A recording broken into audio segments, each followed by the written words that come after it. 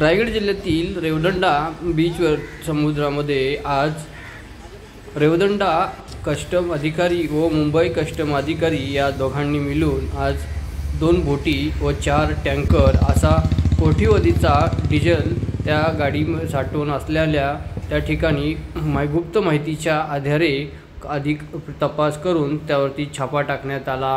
यात व रात्री 3 वाजण्याच्या दरम्यान हा छापा कस्टम अधिकारी यांनी समुद्रामध्ये डिझेलची तस्करी करणाऱ्या माफियांचा पर्दाफाश करण्यात आला। याचा विशेष आढावा घेतला आहे संघर्ष रायगड न्यूजने।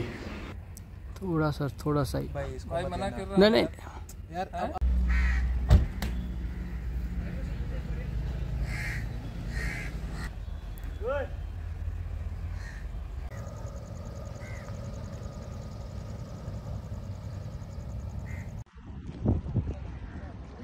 या 2 बोटीमधून डिझेल येतं। हे टँकर अनधिकृतपणे भरले जातात आणि इथून हे डिझेल स्मगलिंग केलं जातं।